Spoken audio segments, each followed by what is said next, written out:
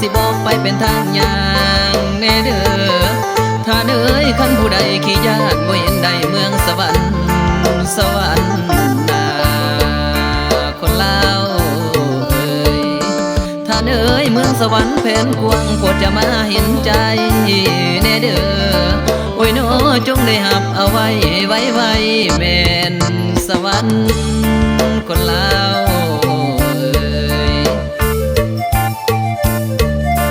ก้าวไปสารวันก้าวไปก้าวไปสารวันก้าวไปก้าวไปสารวันก้าวไป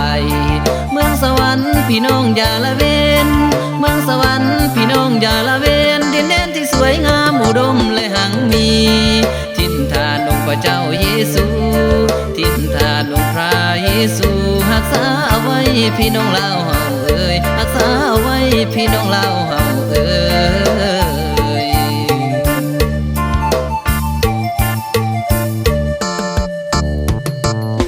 โอ้ยโน้โอ้ยนะท่านเอ้ยอย่าได้หวังโลกกว้างทางหนึ่งให้หลีกหนีท่านเอ้ยอย่าได้ฟังว่าจะหลอกลวงมันหายลาวเอ้ยมันบ่มียังใด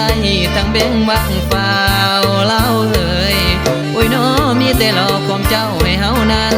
แม่นมนมองแล้วคนลาวเอ้ย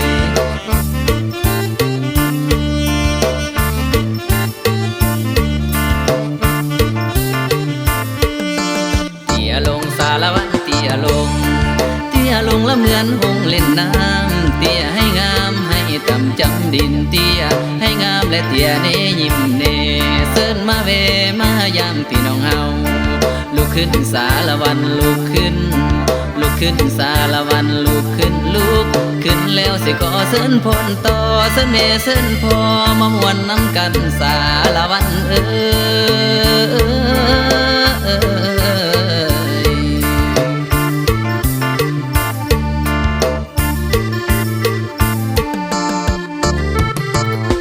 โอ้ย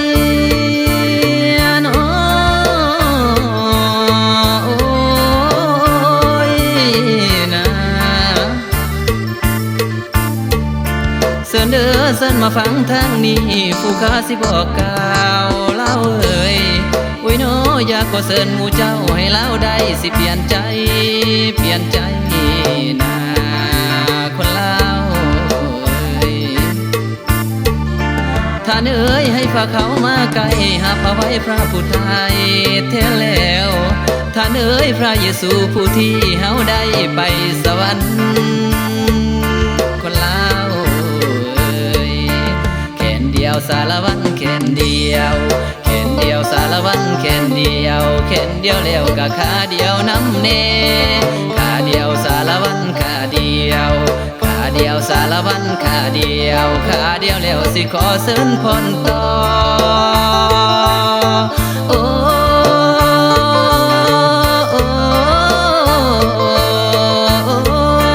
ยนะ